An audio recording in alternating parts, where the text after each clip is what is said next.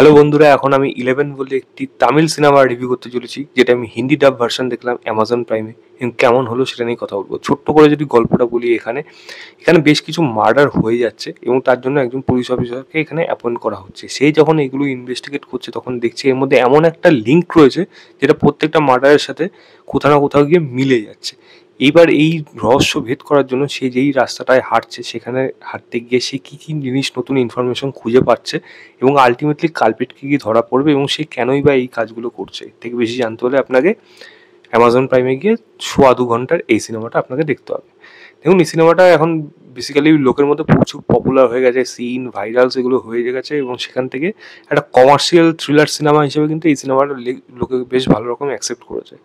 সিনেমাটা কিন্তু ডেফিনেটলি ভালো একটা সিনেমা, তবে আমি এই জিনিসটা বলবো না যে এই সিনেমাটা দারুণ কোনো এক্সট্রা অর্ডিনারি সিনেমা হয়ে গেছে। সিনেমার ডেফিনেটলি ভালো জিনিস আছে, তবে খারাপ জিনিসও আছে। প্রথম ভালো জিনিস কি, এর যে টুইস্ট অ্যান্ড টার্নগুলো সেগুলো কিন্তু ভালো। আমি বলবো না সব ভালো, গল্প কিন্তু প্রেডিক্টেবল হয়ে গেছিলো। আমি কিন্তু বুঝতে পারছিলাম কালপ্রিটকে এবং কি তার মোটিভ, সেটা মানে হোয়াই ডান ইট, সেটা কিন্তু লাস্টের দিকে একটা আসবে, সেটা কিন্তু একটা আন্দাজ করে গেছিলাম। তো সেটা কিন্তু আন্দাজ হয়ে যাচ্ছিলো, কারণ এমন কিছু অ্যাক্টিভিটিস হচ্ছিল যেটা কিন্তু খুব একটা বেশি ভালো না। তবুও বলবো টুইস্ট অ্যান্ড টার্নগুলো ম্যাক্সিমাম অডিয়েন্সের কিন্তু ভালো লাগবে এবং ফার্স্ট পেসে যেহেতু গল্পটা এগোচ্ছে, তার জন্য টুইস্ট অ্যান্ড টার্নগুলো যে আপনার এত কিছু ভাববেন যে সত্যি এটা এত এরকম হতে পারে, এরকম আমি ধরে ফেললাম, অত ভাবার সময় দিচ্ছে না। সেটাই এই স্ক্রিন প্লের মধ্যে, এই গল্পটার মধ্যে সেই জিনিসটা রাখতে তারা সক্ষম থাকাতে আমার মনে হয় সিনেমাটা ম্যাক্সিমাম লোকেরই ভালো লাগবে। আমি যদি বলি পারফরমেন্সের কথা, যেমন লিড পারফরমেন্স সে ঠিকঠাক পারফরমেন্স দিচ্ছে, সাপোর্টিং কাস্টরা না সেরকম পারফরমেন্স দিচ্ছে না। যার জন্য এটা আমি খারাপ দিকে বলবো। বাট লিড যে পারফরমেন্স দিয়েছে তার নাম আমি জানি না, বাট ঠিকঠাক একটা পারফরমেন্স দিয়েছে সেইখানে। মিউজিকের কাজ, ওই ব্যাকগ্রাউন্ড মিউজিকের কাজটা আমি এটা ঠিকঠাক বলবো এবং overall making wise, thrill wise সেগুলো কিন্তু একটা মোটামুটি একটা কমার্শিয়াল থ্রিলার সিনেমা যেরকম হওয়া প্রয়োজন সেরকম কিন্তু হয়েছে। সেটা কিন্তু আপনার দেখতে কিন্তু এই সিনেমাটা কখনো বোর লাগবে না, কারণ সিনেমাটা কিছু না কিছু সামথিং হ্যাপেনিং হয়েই চলেছে এবং সবসময় আপনাকে কিন্তু জার্নির মধ্যে রাখবে যে কী হবে কী হবে, এরপরে কাকে মারবে, এরপরে কে মারা যাচ্ছে, কীভাবে তাকে মারছে, এই জিনিসগুলো কিন্তু বারবার মনের মধ্যে থাকবে। তার জন্য কিন্তু এই মেকার্স মানে রাইটিংয়ের সেই জায়গা কিন্তু আমি অবশ্যই প্রশংসা করবো যে এই জিনিসটা স্ক্রিন প্লের মধ্যে রাখতে পারার জন্য আপনার কিন্তু সিনেমার মধ্যে যে লুফলসগুলো রয়েছে সে কিন্তু কোথাও না কোথাও হারিয়ে যায় বা লুকিয়ে রাখা যায়, সেটা রাখতে তারা সক্ষম হয়েছে এবং ম্যাক্সিমাম অডিয়েন্সে কিন্তু সেই জিনিসগুলো কিন্তু অত ভেবে দেখে না। থ্রিলার সিনেমা দেখছি, দেখতে ভালো লাগছে, ব্যাস ভালো কেমন হচ্ছে সেগুলো দেখবো, সেই জিনিসটা কিন্তু এখানে রাখতে সক্ষম হয়েছে। ক্লাইম্যাক্সটাও বলবো এখানে কিন্তু মোটামুটি ভালোই করা হয়েছে। তবে সিনেমা খারাপ জিনিস যেটা মেন বলবো সেটা হলো এই ক্যারেক্টার ডেভেলপমেন্ট।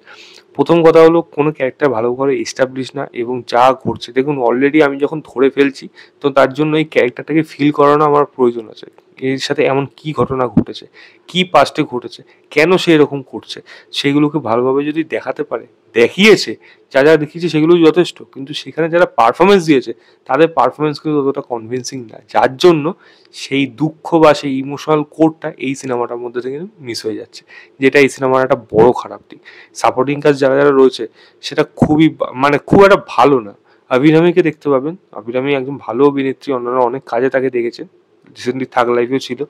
তো তাকে যে ভালোভাবে এখানে ইউজ করবে, তার সে যেটুকু জায়গা পেয়েছে মোটামুটি সে পারফরমেন্স দিয়েছে, কিন্তু এই যে মেন যে মানে যে ইনভেস্টিগেশন অফিসার, তার অপোজিটে যে মেয়েটিকে রাখা হয়েছে, মানে খুবই বাজে তার অভিনয় এবং তার থেকেও বাজে হলো তাদের কেমিস্ট্রিটা এখানে দেখানো খুব বাজেভাবে, মানে খুব ব্যাড ডেটের একটা কেমিস্ট্রি এখানে দেখানো হচ্ছে, যেটা একেবারেই গল্পের সাথে যায় না।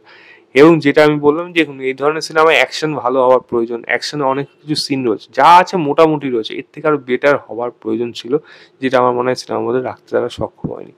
এবং এবং গান সেরকমভাবে তো এই সিনেমার মধ্যে আছে নেই, সেগুলো উদ্গীতে যাচ্ছি না, গান থাকাও যায় না থাকাও যায় এই ধরনের সিনেমাতে, এর প্রয়োজনও থাকে না।